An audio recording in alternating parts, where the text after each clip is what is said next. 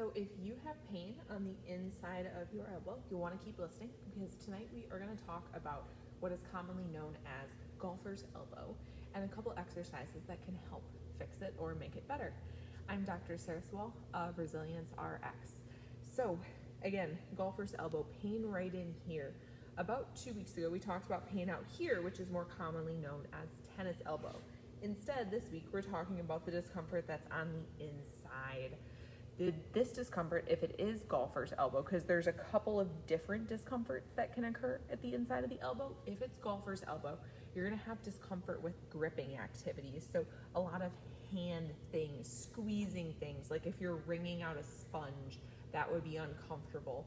Sometimes writing can be uncomfortable. It's called golfer's elbow because it's caused by repetitive wrist motions in this direction. So if you want to be technical, it's technically wrist flexion and wrist pronation, and it's the repetitive motion of that when you're swinging that golf club. Don't judge my swing because I don't golf well, but when you're swinging the golf club, it's the repetitive motion that flares up the muscles that attach to the inside of the elbow. So the motions, again, wrist flexion, wrist pronation. So it's the pronators of the forearm and the wrist flexors that are causing that pain and discomfort, and they all attach right here. So in order to work on improving that discomfort, you strengthen those muscles because it's a repetitive injury. The muscle isn't able to tolerate that load that's being repetitively put through it. So in order to help it tolerate that load, you help it get stronger. So there's two exercises, and surprise, surprise, it's gonna be wrist flexion and wrist pronation with a dumbbell. So for wrist flexion, this was extension, that was for tennis elbow.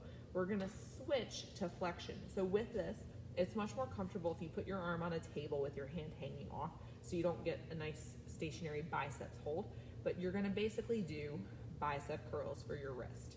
And in doing so, you're working these muscles in through here that bend the wrist. You can also do wrist pronation. So you can start here and flip your hand over and go back and forth here. Now, weight-wise, 3 pounds isn't that heavy. I'd see what your symptoms are like and go from there. If you can tolerate 3 pounds fairly easily, then you should probably use more weight. If at 3 pounds you're like, it hurts a little, but when I stop, it goes away, that's probably a pretty good weight to stay at. Now for pronation, you could do it like this, or if you want to up the ante, you can hold it and have a longer lever arm.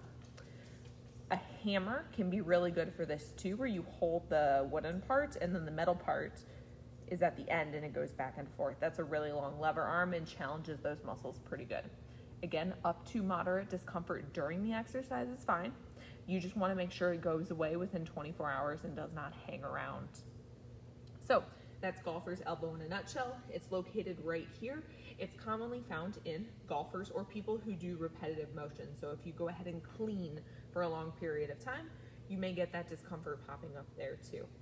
You want to fix it or help improve it by strengthening your wrist flexors and pronators, which involves doing this and doing this to help get it stronger. So that is inside elbow pain, more commonly known as golfer's elbow. If you have any questions, feel free to shoot me a message.